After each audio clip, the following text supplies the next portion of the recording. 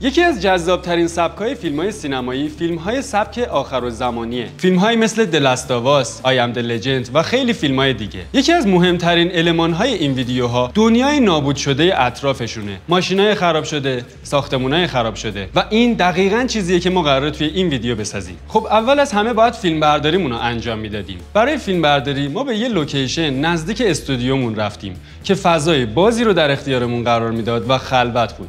چون میتونستیم اونجا راحت‌تر کار جلوه ویژمون رو انجام بدیم. برای تصویر برداریمون 2 تا ویدیو گرفتیم. یه دونه راش کلوزآپ از صورت سوژه هامون و حرکت دوربین رو به عقب و یه دونه راش دیگه از پشت سر سوژه هامون و حرکت سوژه هامون رو به جلو. برای تصویر اولمون از لنز 50 میلیمتر استفاده کردیم و برای تصویر دوممون هم از لنز 24 میلیمتر. برای اینکه بتونیم کارمون رو توی جلوه‌های ویژه راحت‌تر بکنیم، ترجیح دادیم که حرکت دوربینمون یه حرکت نرم باشه. پس از گیمبال استفاده کردیم. گیمبالی که ما استفاده کردیم ژیون ویبیل اس بود. اما شما میتونید از هر گیمبالی که دارید استفاده کنید. بریم سراغ ادیتمون.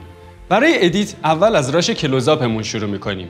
راش کلوزآپمون رو وارد تایملاین نرم افزار افتر افکت می‌کنیم و بعد از اینکه وارد کردیم ازش یه دوپلیکیت می‌گیریم. توی ویدیوی دوپلیکیت شده سوژه هامون رو ماسک می‌کنیم تا بتونیم عملیات ترکینگ رو انجام بدیم. از اونجایی که فقط به یه سری دیتای کم توی بک‌گراند نیاز داشتیم، یه همچین ماسکی رو برای تصویرمون ایجاد می‌کنیم تا عملیات ترکینگ رو انجام بدیم. اما قبلش حتما اون لایه رو پری کامپوز می‌کنیم و گزینه Move All Attributes into the New Composition رو کلیک می‌کنیم. حالا روی ویدیومون افکت 3D کامرا ترکر رو قرار میدیم. از تنظیمات به قسمت ادوانس میریم و گزینه دیتیلد آنالایزس رو روشن می‌کنیم.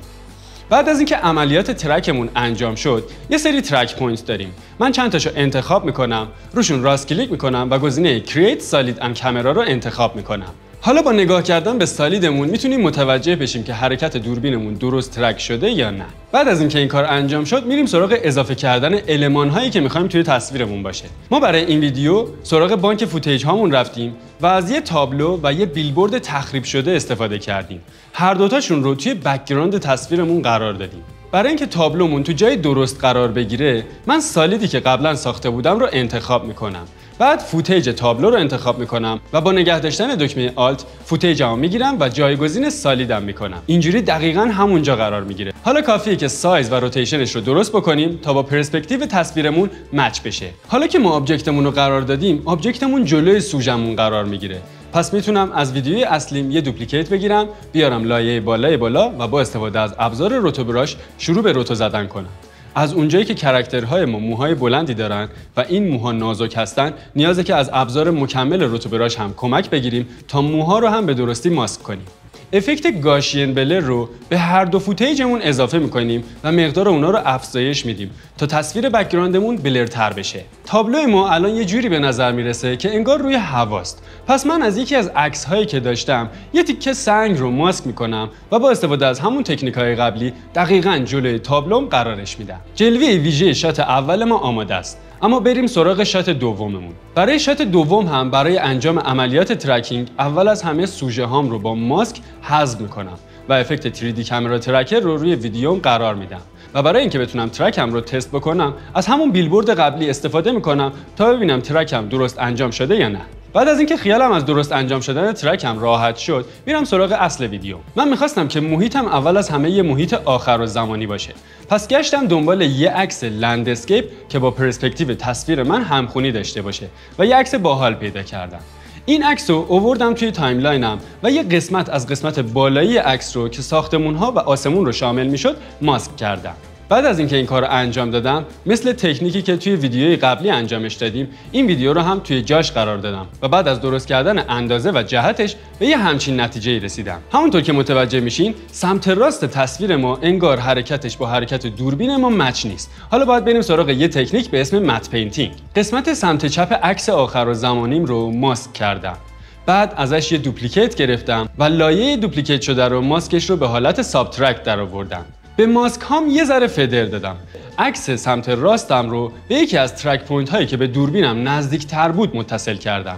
با درست کردن اندازه، جهت و همینطور سایز اون ویدیو تونستم هر دو تا ویدیو رو با هم دیگه مچشون کنم و حالا تصویر بک‌گراند ما آماده است. اما مشکلی که وجود داره اینه که سوژه های ما زیر آسمونمون قرار گرفتن. برای این کار از ویدیوی اصلیمون یه دوپلیکیت میگیرم، میارم لایه بالای بالا و با استفاده از ابزار روتو براش شروع به روتو زدن سوژه ها میکنم.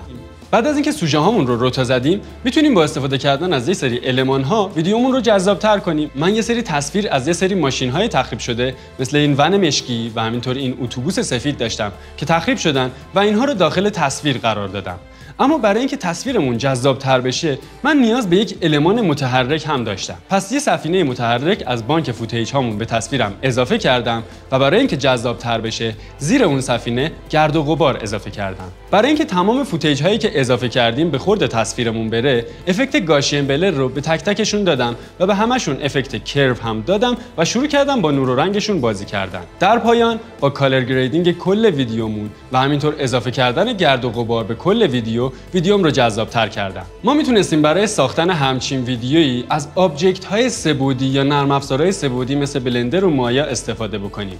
اما چون زمان محدودی داشتیم و می‌خواستیم تو کمتر از 2 ساعت این کار انجام بشه، همه رو با استفاده از تکنیک کامپوزیتینگ تو نرم افزار افتر افکت انجام دادیم. اگر دوست دارین نرم افزار افتر افکت رو به صورت جامع و کامل یاد بگیرین، میتونید توی دوره افتر افکت ما شرکت بکنید. مرسی که وقت گذاشتین و این ویدیو رو تا انتها نگاه کردین. یادتون نره که ریکوله شما رو خیلی دوست داره.